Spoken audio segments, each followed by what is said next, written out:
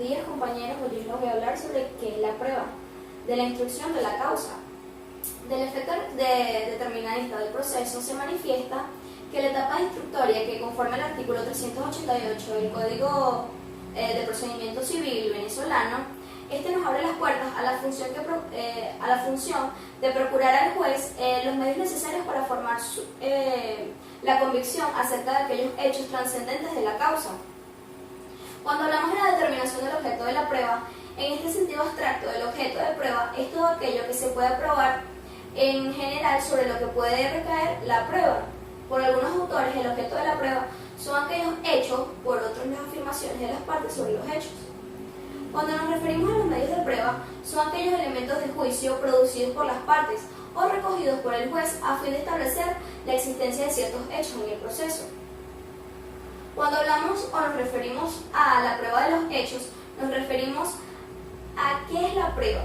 Se prueban los hechos y solo los hechos controvertidos o dudosos, por lo que no son objeto de prueba aquellos hechos admitidos o aquellos hechos notorios y los legalmente presumidos por la ley. El razonamiento probatorio del juez, convicción y justificación. Es esencial la valoración de los medios probatorios producidos en el juicio.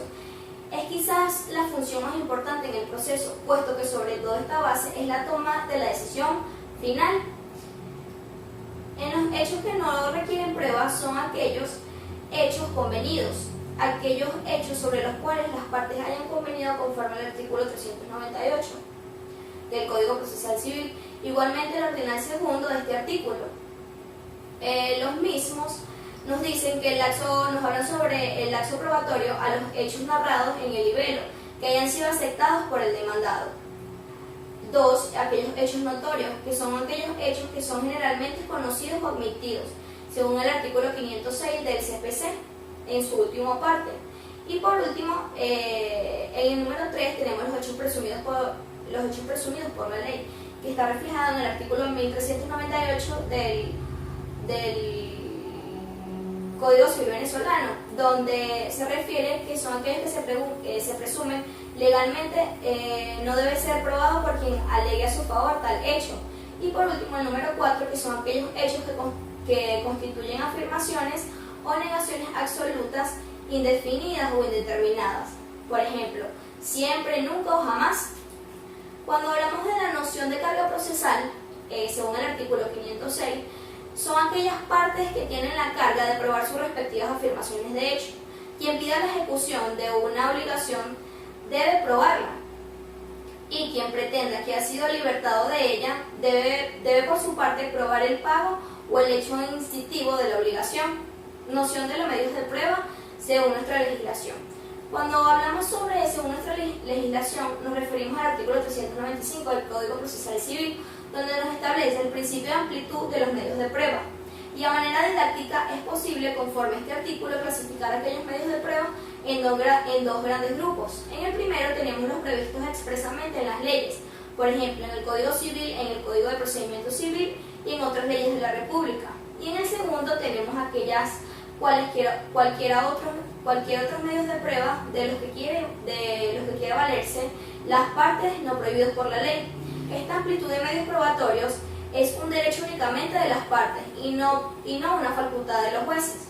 Dentro de este grupo se incluyen los medios que pueden producir o conducir el esclarecimiento de la verdad, distinto a los anteriores que resulten admisibles, por llenar las siguientes condiciones. 1. Que no estén prohibidos por la ley, lo que significa que ésta no impida su uso y que con su promoción no se sustituyen o se desvirtúen.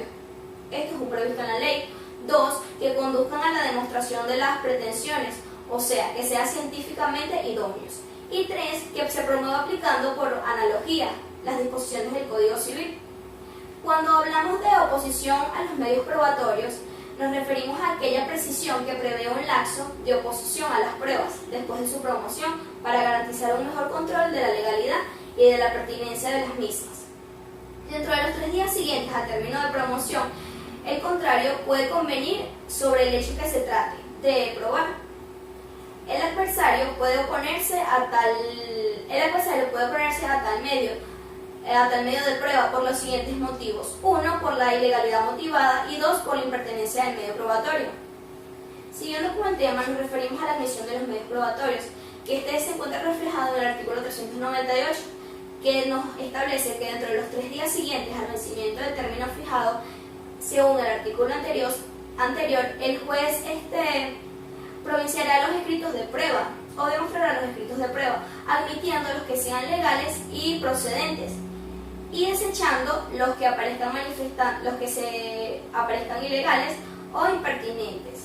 En el mismo auto, el juez ordenará que se omita toda declaración o prueba sobre aquellos hechos en que aparezcan claramente convenidas las partes. Cuando nos dirigimos a la evacuación de los medios probatorios, según el artículo 400, admitidas aquellas pruebas, se comenzarán a computarse los 30 días destinarios a la evacuación, pero si se hubiesen practicado algunos medios de comisión dada a otro por el tribunal. En la apertura del pleno derecho, según el artículo 388 del Código Procesal Civil, el día siguiente del vencimiento del lapso del emplazamiento para la contestación de la demanda quedará el juicio abierto a pruebas. En el momento de la apertura del lapso probatorio, que es la oportunidad para decretar que el juicio no se abrirá a pruebas, a recurso contrario al auto de no apertura, en los casos de no apertura en el artículo 389, no habrá lugar al lapso probatorio. 1. Cuando el punto sobre el cual versase la demanda aparezca, así por esta como la contestación de medro de derecho. 2. Cuando el demandado haya aceptado exactamente los hechos narrados en el libelo y haya contradicho solamente el derecho. 3. Cuando las partes de común acuerdo convengan en ello, o bien cada uno por separado pida que el asunto se decida con mero derecho, o solo con los elementos de prueba con que se obren ya en el auto. 4. Cuando la ley establezca que solo es admitible las pruebas instrumentales, la cual en tal caso debe presentarse ante el acto de informes. En el caso de la apelación del auto de no apertura, establecido en el artículo 390, el auto del juez por el cual se declarare que no se abrirá la causa a pruebas, esto está fundado en los casos 1 y 2 y 4 en el artículo anterior, donde será apelable y el recurso se oirá libremente. En la prueba y verdad, que está interpuesto en las reglas procesales, lo primero que debemos aclarar es que la verdad es de un proceso. La verdad objetiva no depende de la coincidencia humana, existe independientemente de ella. Así, por ejemplo, cuando un crimen existe, aun cuando no se encuentre el cadáver ni se conozca el autor, tiene que seguirse un camino de investigación para alcanzar la coincidencia entre la verdad subjetiva y la objetiva. La verdad como problema jurídico. Definitivamente, este problema comporta diversos enfoques, básicamente de la filosofía del derecho y de la teoría general del derecho. Hemos decidido cambiar de criterio y asumir que la verdad procesal debe ser una reproducción o fiel reflejo de la verdad material. No es conveniente en el marco de este texto, entre la bizantina del discurso acerca de la oposición de la verdad material y de la verdad procesal. Las reglas procesales de la prueba, comunes y específicas. En el mundo de la ciencia fáctica existe la libertad ideal probatoria. No hay reglas que limiten en el tiempo ni en la actividad, salvo en aquellas cuestiones éticas y económicas, pero en el mundo del proceso sí hay un límite de tiempo y de actividad. La verdad de los hechos en el caso concreto. Se ha señalado que aquellos casos concretos llegan al proceso tanto para la afirmación o resistencia de las partes, o por medio de las fuentes de prueba. En estos últimos hay que distinguir entre aquellos medios que traen los hechos del proceso, como por ejemplo los testigos, la declaración de las partes, entre otros, que incluso llevan la posibilidad implícita de incorporar hechos al proceso.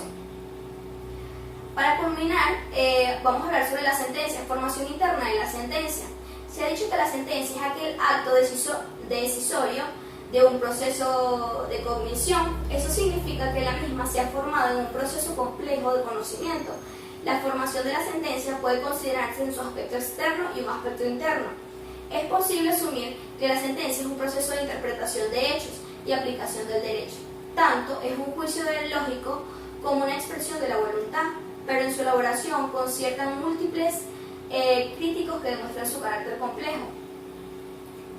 En la construcción de la congruencia nos referimos a aquella que debe entenderse como la conformidad que debe existir entre la sentencia y la pretensión o pretensiones que constituyan el objeto del proceso, más que la posición u oposición en cuanto delimitan ese objeto.